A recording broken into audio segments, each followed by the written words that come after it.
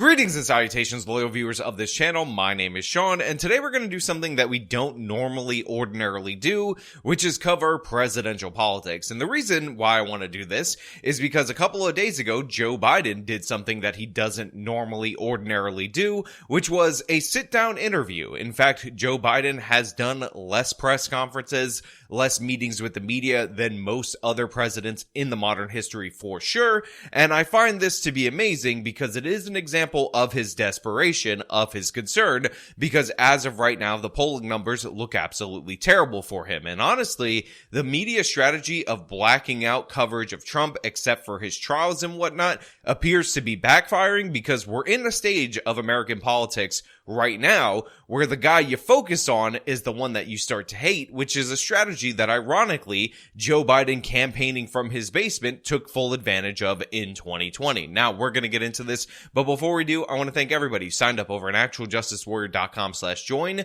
Give me the money.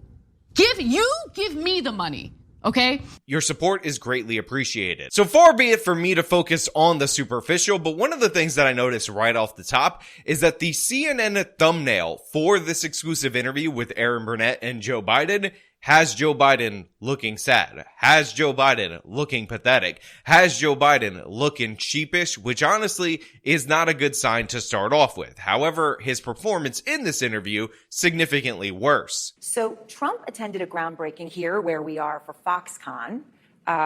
He promised 13,000 jobs, and only about 1,000 of those actually exist right now. So I know you're promising more than 2,000 union construction jobs and that 100,000 people are going to get trained in AI here. Why should people here believe that you will succeed at creating jobs where Trump failed? So right off the top, the friendly interviewer Erin Burnett tees up Joe Biden with an example of something that she can go after the evil orange man for. And essentially, Trump broke ground on this particular area, and he said that they were going to bring 13,000 jobs, but only 1,000 permanent jobs ended up being created there. Now, I don't know if this is actually true. I don't know if that's what the evil orange man claimed. And honestly, I'm not really interested in looking this up, but this ultimately ends up leading to Joe Biden going over the basic campaign talking points, which is Joe Biden created 15 million jobs, and Trump was the only president to lose jobs in his 4 years since Herbert Hoover. He's never succeeded in creating jobs. And I've never failed. I've created over 15 million jobs since I've been president. 15 million in three and three-quarters years. And secondly, Microsoft is a serious player, and they're very much engaged in making sure that they pick this area as sort of the home base for their AI initiative in the nation. And they're gonna do it. And and by the way, well, I shouldn't go into it, but Trump is. He started off with the golden shovels, for the groundbreaking here. Groundbreaking, and talked about this being, the eighth wonder of the world. When has he ever done anything he said? I'm not being facetious. Think about it. He started off, he lost, other than Herbert Hoover, he's the only other president who lost more jobs than created in his 4-year term. Now, let's be clear about this. During the Trump presidency, at least for the first 3 years, in terms of jobs created in the overall economy, he was doing quite well. Then the pandemic struck, and a bunch of jobs ended up leaving due to the lockdowns. The politicians and the political party that was most supportive of said lockdowns was the Democratic Party. Politicians like Joe Biden championed these lockdowns. In fact, they said that Trump even thinking about opening the economy, even examining whether or not we would do more damage to our society with the lockdowns than the virus would do, would be actually sacrificing people in the name of the economy, sacrificing human lives for capitalism. This was the narrative put forward, and a bunch of different left-wing Democratic cities kept the lockdowns going for much longer, and I believe this was an attempt to damage the evil orange man and help their electoral prospects, because what we end up finding out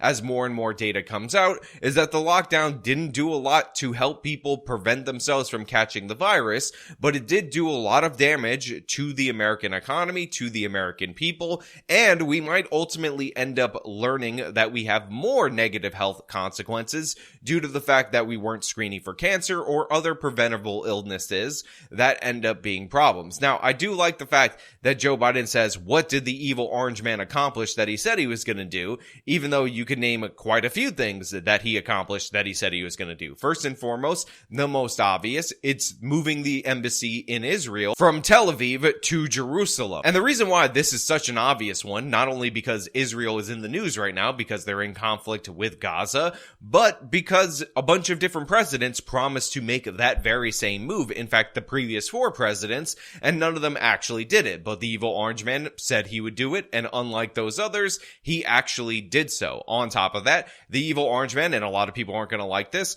promised that they would get a vaccine up and running, and Operation Warp Speed did in fact work. It did in fact get a vaccine out to the public. In fact, Joe Biden took credit for that, even though most of the orders for the vaccines and all that stuff was done before he took office. Now, of course, hilariously enough, one of the big problems that the evil orange man actually ended up having was the fact that he made promises like building the wall that he did not actually achieve, that his supporters would have actually appreciated him for. So there are things that the evil orange man promised and he did in fact deliver on, and there are other things that he promised that maybe his supporters cared about much more that he didn't deliver on.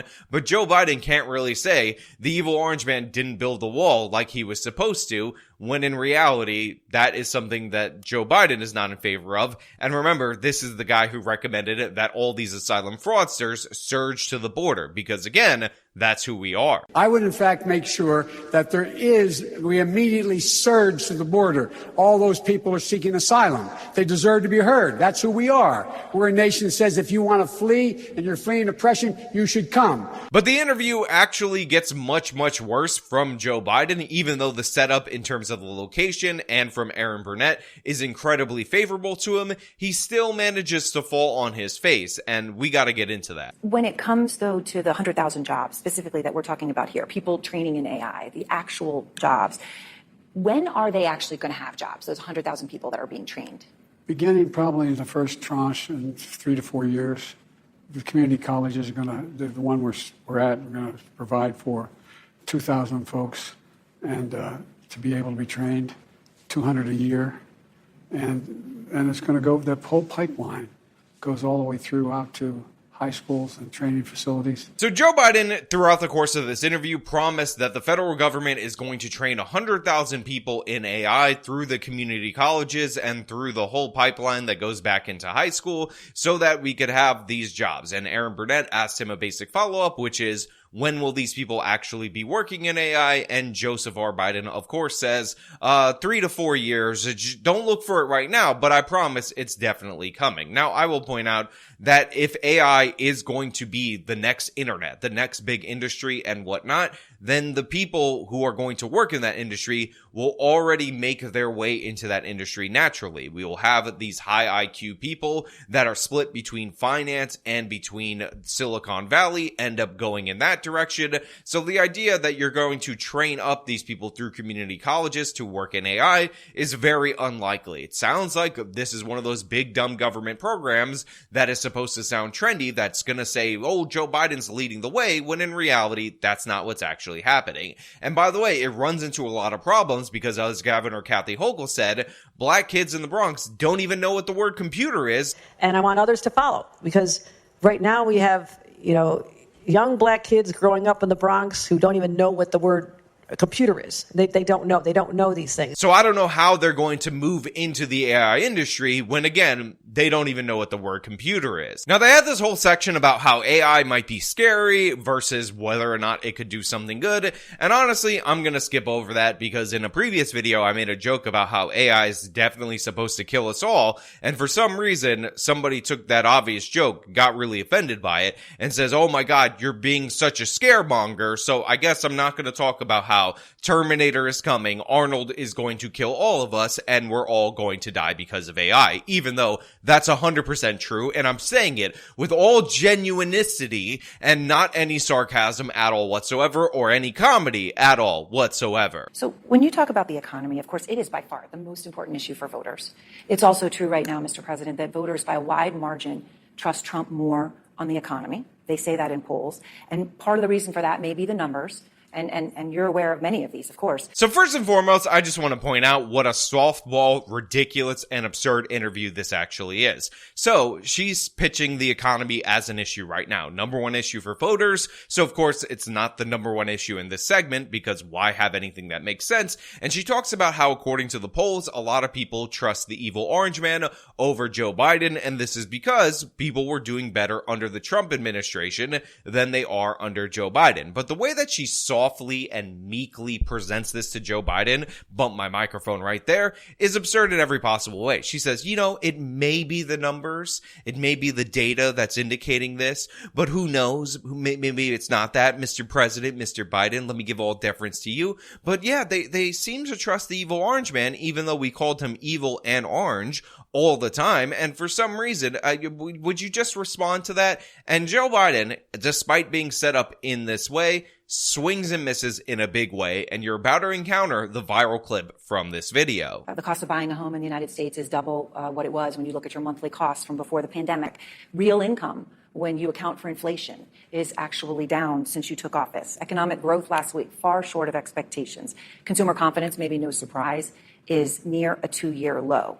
With less than 6 months to go to Election Day, are you worried that you're running out of time to turn that around? So Erin Burnett runs through a couple of things that are quite troubling for Joe Biden. First and foremost, she talks about the monthly mortgage payment for a house, and this is due to the interest rate being nearly double what it was before. But to be clear, she's not saying that the price of homes in their total price is double, just the mortgage payments on average are doubling due to the interest rates. It's a distinction that I want to make because it's not 100% clear right here. She also talks about how real income growth in terms of inflation is actually down, not up, despite what the Biden administration is telling you. And she runs through a bunch of stats that are unfavorable to the president.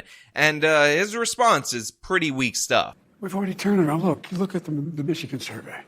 For 65% of American people think they're in good shape economically. They think the nation's not in good shape, but they're personally in good shape. So I like this response for a number of reasons. First and foremost, he says, according to the Michigan data, Michigan individuals say that they're doing better, even though they think the economy isn't bad, which might sound like an oxymoron. It might sound like something that's good in favor of Biden, but in reality, it's not, because what we find out through many different surveys is that voters actually vote for what they believe is to be in the national interest. So even if people individually feel like they're doing okay or that they're doing fine, which, by the way, I have questions about that doesn't necessarily mean that they're going to vote in favor of the current president based on that, because they might think that the nation as a whole is more important. The polling data has been wrong all along. How many, you guys do a poll at CNN, how many folks you have to call to get one response?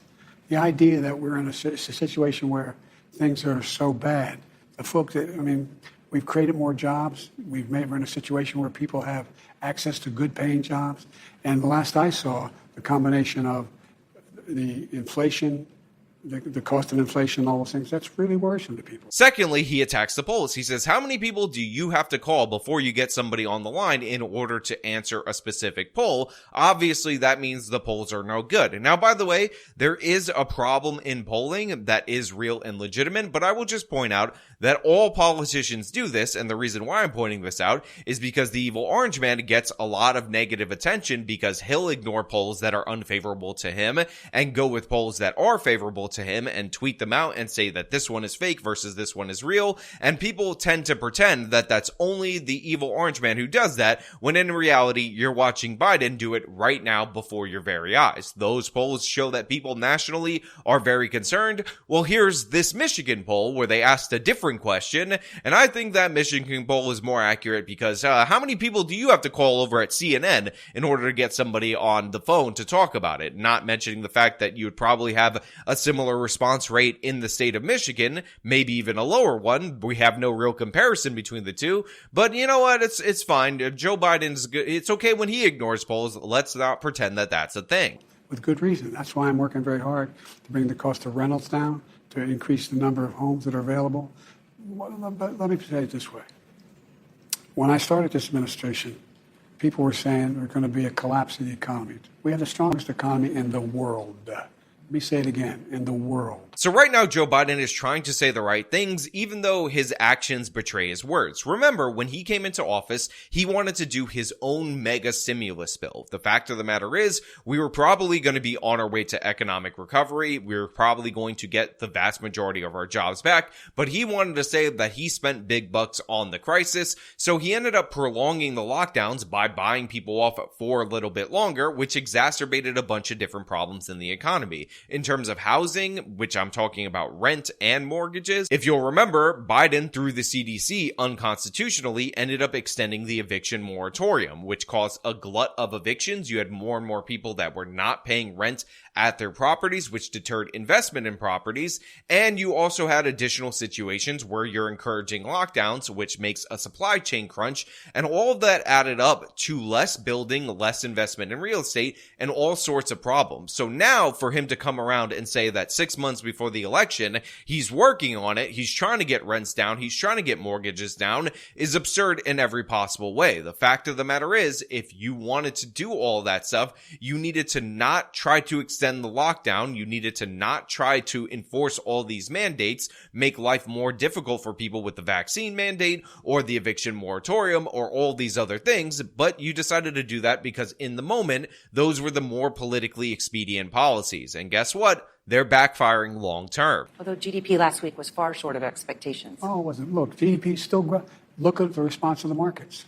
Overwhelmingly positive. Overwhelmingly positive. And one of the reasons why people feel good about it not being as strong as it was before is they believe that the Fed's going to respond. They hope they're going to get a rate cut. Yeah. Well, but I mean, no president's had the run we've had in terms of creating jobs and bringing down inflation. It was 9% when I came to office. So then Joe Biden goes into the economy. He says, listen, we ended up getting a good response from the markets, even though the data in terms of GDP growth was down. And Erin Burnett chimes in that they're expecting a rate cut from the Fed. And by the way, Joe Biden is begging for a rate cut from the Fed, which is not unusual for presidents to try to get interest rates lower so that the economy gets a little bit more juice. But then he goes on to say that inflation was 9% when he took office, and he's brought it down so much, even though inflation was under 2% when he took office. And yes, all this crazy spending had consequences, and he should shift some of that blame strategically to the evil orange man spending. But the fact of the matter is, he doubled down on all of those policies, and he likes to pretend that inflation, which rose to 9% under his administration and then slowed to 4%, is somehow down, somehow positive, when that 4% compounds on top of that 9%. And obviously you're feeling it every day when you go to places like the grocery store. But Joe Biden has an answer for your concerns related to the grocery store as well. And it's kind of disastrous. Bringing down inflation. It was 9% when I came to office. 9%. But look, people have a right to be concerned. Ordinary people, the idea that you bounce a check and you get a $30 fee for bouncing the check might change that. You can't charge more than $8 for that. Or your credit card, your late payment, $35.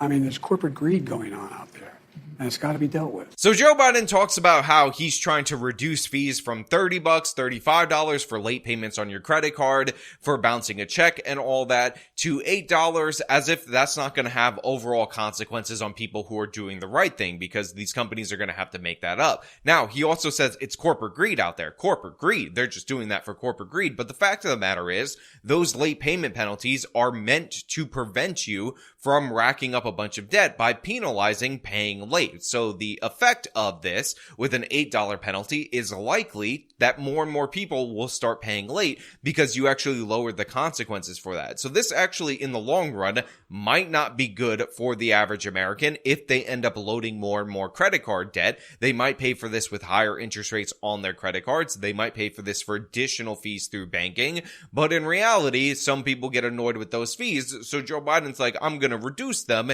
even though that is one of the most superficial policies that you could possibly have. And it's going to end up redistributing the costs of bad behavior to people who are behaving well.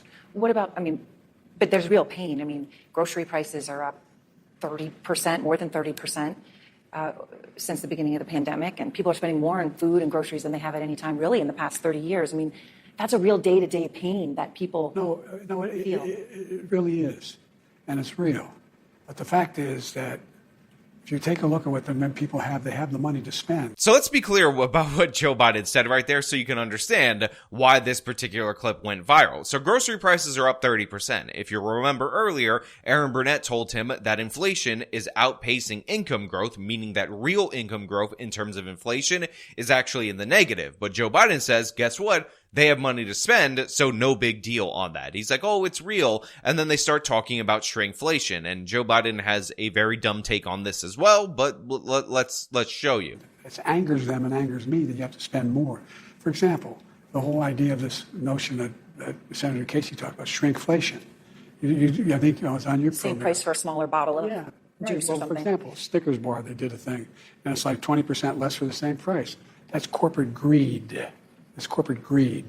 And we've got to deal with it. And that's what I'm working on. So this corporate greed line actually, to be perfectly honest, might be good politics because a lot of people in the United States of America are incredibly economically illiterate. So you blaming the evil corporation, the person who's charging you the price, might actually be something that people buy into, that people end up accepting, even though it makes no sense at all because these corporations were always greedy. And the fact of the matter is, the reason why they try to shrink the size of their product and charge you the same price is because what they're trying to do is not anger you with price increases, so you seek alternatives. So if they shrink it slightly and then you end up paying for it, it's a way to hide inflation, which honestly ends up helping people like Joe Biden who are in office during an inflationary period. But he instead calls that corporate greed, cites Snickers as an example, and need I remind you that cocoa beans are one of the things that has been negatively impacted by the supply chain crunch. There's also problems with the crop and all of that. So it's had one of the bigger price shocks along with coffee, and Joe Biden is just hand-waving that away and blaming the company behind Snickers rather than blaming all the different policies that he had that drove inflation up. And by the way, some consequences that are totally out of his control when it comes to cocoa, that would be a good deflection. But the fact of the matter is, I think this actually might work. Just saying corporate greed, corporate greed, corporate greed, even though it makes no sense at all, even though when prices fall, nobody says that the corporations became less greedy, because in reality, from an economic sense, prices are a signal in the economy, and what this says is that some of the components in the Snickers bar are more expensive than they were before. On top of that, I need to point out another thing, which is higher prices do not necessarily mean higher profits. A lot of these businesses end up making money by selling you volume at low profit margins, and this is one of the reasons why the stores that are being hit incredibly hard are the Dollar Tree stores, Dollar Generals, Family Dollar, and all these other locations. And that is because once they lose their ability to do low prices, which a lot of them are keeping their prices down in order to pass through the harsh times of inflations, the fact of the matter is there's no reason for people to shop there, so they choose alternatives. So it's actually in favor of a lot of these corporations to keep their prices low because that's how they make their profits. But Joe Biden knows, and a lot of people know, that the average everyday American is economically illiterate, so they think higher prices equal higher profits. But this is also the strategy of the Biden administration. If you get polls or data that you don't like, you cite a different random poll that asks a different question about a different issue, and you say it's all good. You cite other data, or you point to the stock market, or you point to this or that in order to avoid and deflect from the question. And finally, you say orange man bad a million times, and then you say corporate greed. But the question I have for you guys out there in the audience is, will this work? Were you convinced by Joe Biden saying that you could afford the higher grocery prices, or will you maybe be voting for a different party, different president? Let me know who that might be down in the comments below. As usual, if you like the video, show them by leaving a like, subscribe for more content, follow me on the social medias, support me, the support links in the description of this video. This has been me talking about the nonsense that is this Joe Biden interview. Till next time.